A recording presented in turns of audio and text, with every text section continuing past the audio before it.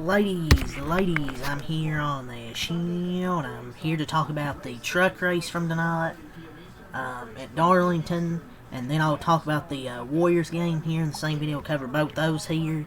Let's talk about this truck race, man. A rare, great truck race. But the truck races haven't been terrible. They've just been at least watchable. This one was great. I'm gonna rate this a 9.5. Just to get that rating out of the way, a 9.5. This, oh my god, this was phenomenal. And then Corey Heim comes out of nowhere. Comes out of nowhere in the last lap. He gets the second, then he just throws it in on the bottom on fresh tires. Clears Ross and ends up getting the win. Tell me why he isn't at least racing trucks full-time this year. It's crazy that he's only part-time. They're doing him dirty. Or at least full-time Xfinity. It just blows my mind how this guy cannot get a full-time ride. I guess because of sponsors. But who would how good Corey Heim is? Why wouldn't you want to sponsor Corey Heim? I mean, drove that from 9th to 1st in 2 laps. And Riley Herbst still has a seat in Cup. And yet somehow people don't want to sponsor him enough. How do you not want to sponsor him? I mean, Riley Herbst probably, he has good connections. But that was a really damn entertaining finish. It's a disgrace that bums like Riley Herbst have Cup rides while he doesn't even have a full-time ride. Now, I didn't even know he had fresh tires. I had absolutely no clue he had fresh tires, and until they finally said something with like 1 to go or something. But a last lap masterclass, banger race, what a finish. I think he was on scuffs, I think. But that was awesome. I mean, I don't think Ross had any idea he was there. But that's the benefit of rolling the bottom with fresh tires at Darlington when everyone else is on older tires. It's gonna work. But I will say, Caden Honeycutt, I thought had the best truck. Those restarts, the bottom was preferred, and they didn't go on the top. But Caden Honeycutt, I thought, got robbed of his first win by these dumb Cup drivers. Hocevar got into him, and then Chastain finished him off. And then on the restarts, he just couldn't get going. The outside doesn't really get going. He ends up finishing 4th, so thought he had the best truck, at least on the long haul, like first, maybe like 10-ish laps. He wasn't great, but once the run got longer, he was by far the fastest. But hey, he still finished 4th, led 59 laps. He's going to be a contender for the championship, because this is a really good team, obviously. Corey Heim won, like 10 or 11 races. I'm not saying he's going to win 10 or 11 races, but I think he'll be very consistent, and will win some races soon. But Corey Heim is just that damn good. And when you put him on fresh, on like scuffed tires that are fresh, it's going to help him even more. It just blows my mind how he still doesn't have more sponsorship to get him in full-time rides in the higher series. But I mean, what more could you want? There was comers and goers, strategy, people standing on old tires, like Connor Jones did it once, Timmy Hill, strategy, and really strategy in deciding the race.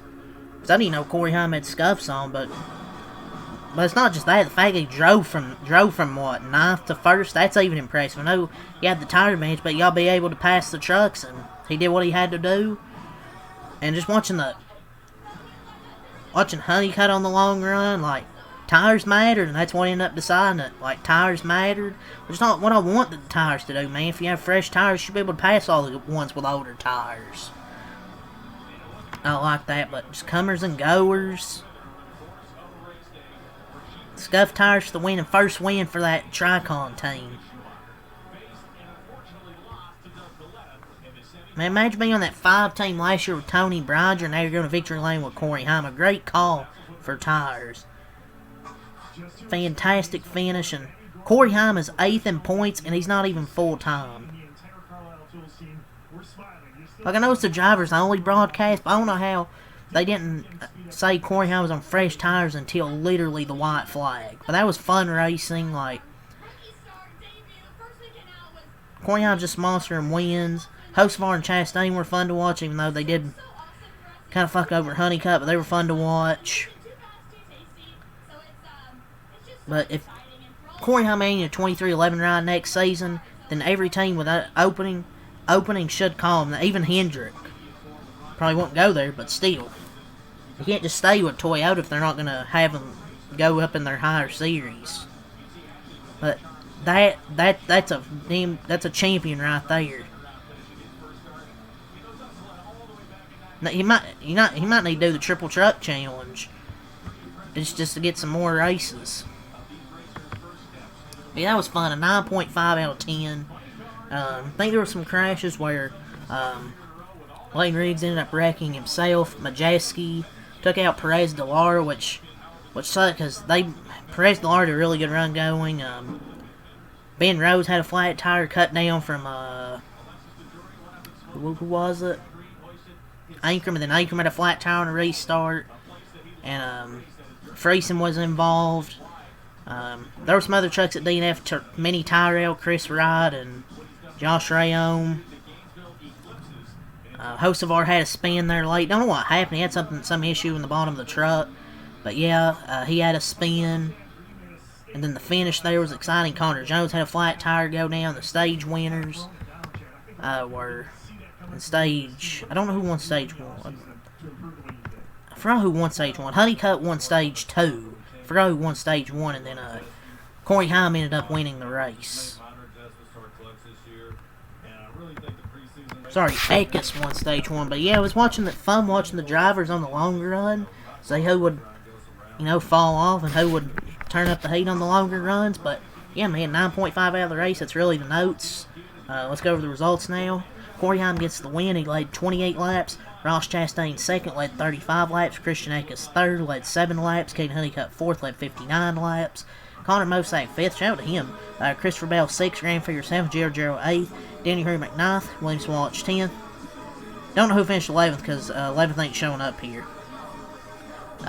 Whoever 11th, Lane Riggs 12th, Tanner Gray 13th, Timmy Hill 14th, Justin Hilly 15th, Connor Jones 16th, Chandler Smith 17th, Frankie Muniz 18th, Dawson Sutton 19th, and Brandon Butterbean Queen 20th. Corey LaJoy 21st, Carson Osvar 22nd, Jake Garcia 23rd, Ankrum 24th, Friesen 25th. They're all involved in that late crash. Justin Carroll 26th, Caleb Costner 27th, Cole Butcher 28th, Clayton Green 29th, Spencer Boyd 30th, Ty Majeski 31st, Andres Perez Delara 32nd, Chris Wright 33rd, Mini Tyrell 34th, Josh Ram 35th, and Ben Rhodes 36th and last. So that's all to say for the NASCAR portion. So let's move on now to the Warriors game. But yeah, the Pistons beat the Warriors 115-101. Do the Pistons have any talent while missing Cade Cunningham?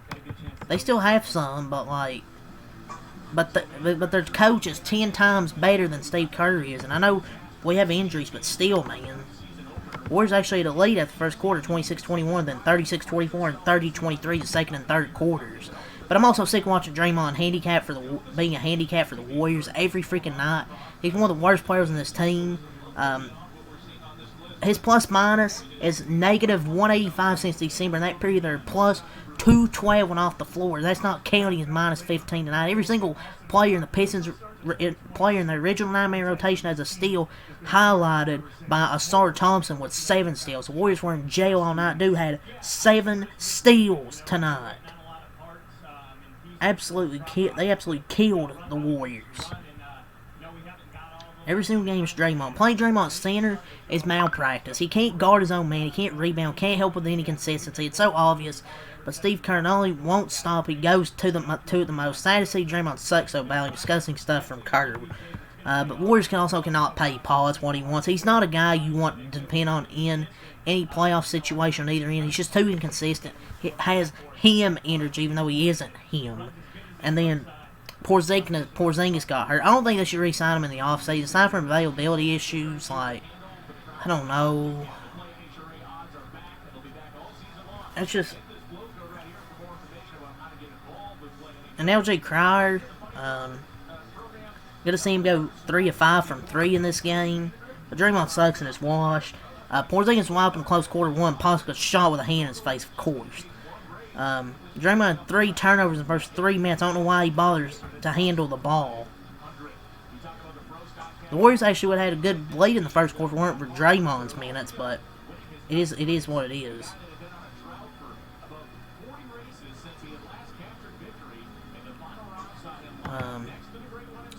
But yeah, 115-101. Warriors, against game recap, Warriors started good off the first quarter, 26-21. But after that, it was all Detroit, and it's taken in the third quarters, and they even up in the fourth quarter. So 115, 101 your final score. They improved to 51-19, 27-8 at home, 21 in the first quarter, 36 in the second quarter, 30 in the third quarter, and 28 in the fourth quarter. For the Warriors, they dropped 33-37, 14-22 on the road, 101 points, 26 in the first quarter, 24 in the second quarter, 23 in the third quarter, and 28 in the fourth quarter. Draymond, 0 points, 5 rebounds, 6 assists, 4 turnovers. Guy Santos, 13 points, 5 rebounds, 5 assists, 4 of 10. Porzingis, 5 points, 3 rebounds, 2 blocks, 1 of 5 from the field, 1 of 4 from the 3. Melton, 14 points, 5 of 14, 2 of 6. Pods, 15, 4 of 10 from the field, 2 of 4 from 3. Leone's 5 points. Yurt, 7, 8 points. GP2, 14 points. Cryer, 10 points. Will Richard, 11 points. And Spencer, 6 points. They shot 46% from the field, 36 from 3, 73 from the line, 38 boards, 25 assists, but 25 turnovers.